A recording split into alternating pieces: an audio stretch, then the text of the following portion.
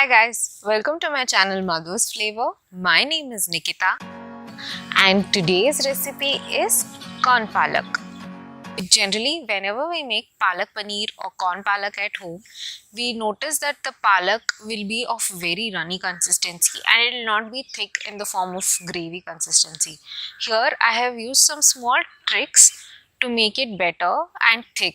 Alright, so to make our corn palak, we'll be needing the following ingredients. Here I have taken around one bunch of palak which I have washed it thoroughly in water for about 2 to 3 times. Corn kernels of 1 corn, 1 tablespoon of butter, 2 small tomatoes which I have chopped, 2 small sized onions which I have chopped, 1 teaspoon of garam masala, 1 tablespoon of besan, half a tablespoon of jeera, 1 chilli chopped into 2 halves, salt to taste, 1 inch of ginger which I have chopped, 10 to 15 cloves of garlic which are medium in size.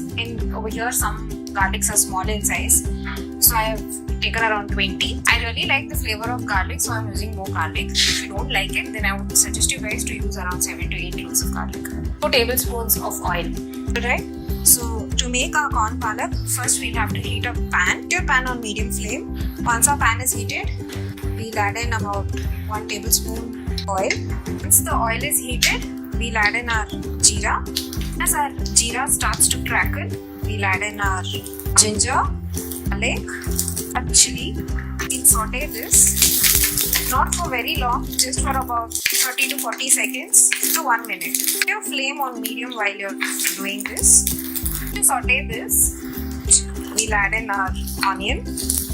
This till it becomes translucent. So as you can see, our onions have become translucent. Now add in the tomatoes. You add the tomatoes, saute the tomatoes for about a minute. For about a minute, add in about a teaspoon of salt so that the tomatoes cook faster. Now as you can see, our tomatoes have turned all nice and mushy. Continue sauteing it for a minute more. All our tomatoes have turned nice and mushy. So now we'll just turn off the heat and we'll let this mixture cool down. While our mixture is cooling down, we'll boil some water in our vessel. Now as you can see, our water has been boiling. We will take our palak and we'll add it into this hot water. And we'll blanch this palak in hot water just for about 2 minutes so that it shrinks in the water from anywhere between 1 to 2 minutes.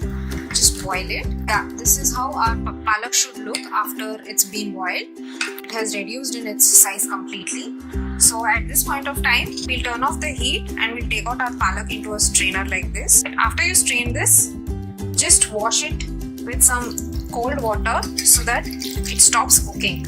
Washing it with cold water, just ensure the water is really cold so that it actually stops the cooking process of the palak. In a blender jar, I have added the onion and tomato mixture that we had cooked.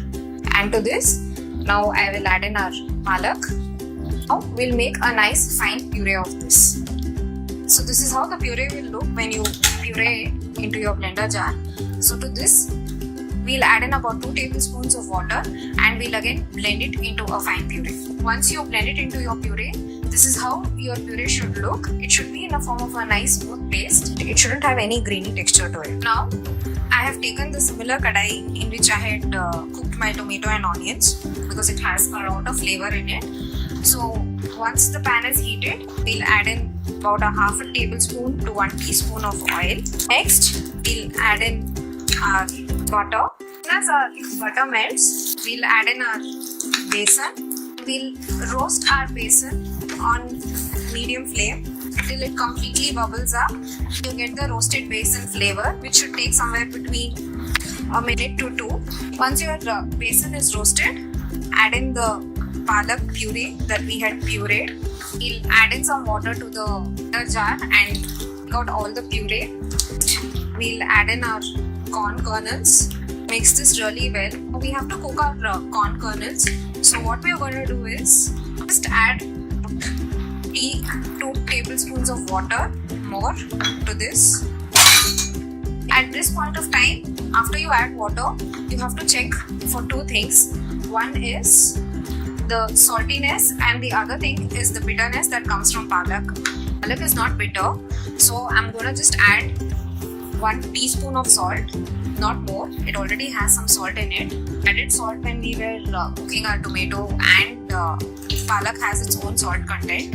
You add the salt, give it a nice mix. At this point, if you feel your palak is bitter, then squeeze half a lime, or you can also add 2 tablespoons of curd if you want to. Just close the lid and let it cook on medium flame for about 2 to 3 minutes. Don't have the time, then you can also boil the corn kernels separately and then just add it to your palak puree. Checking for the water consistency of your corn palak.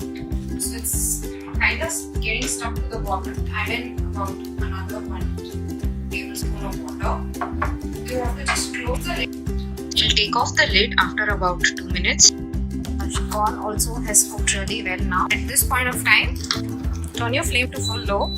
Add a little bit of garam masala. Give it one nice stir. We'll just turn off the heat. Our corn palak is ready. We'll just transfer this into our serving bowl.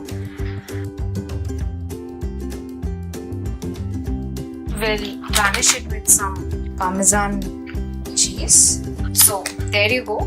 Our corn palak is ready. If you really like the video, then do hit the like button and do subscribe to my channel, and do press the bell notification which is there right next to the subscription button, so that you get the notification of all the videos as soon as I upload them. Thank you.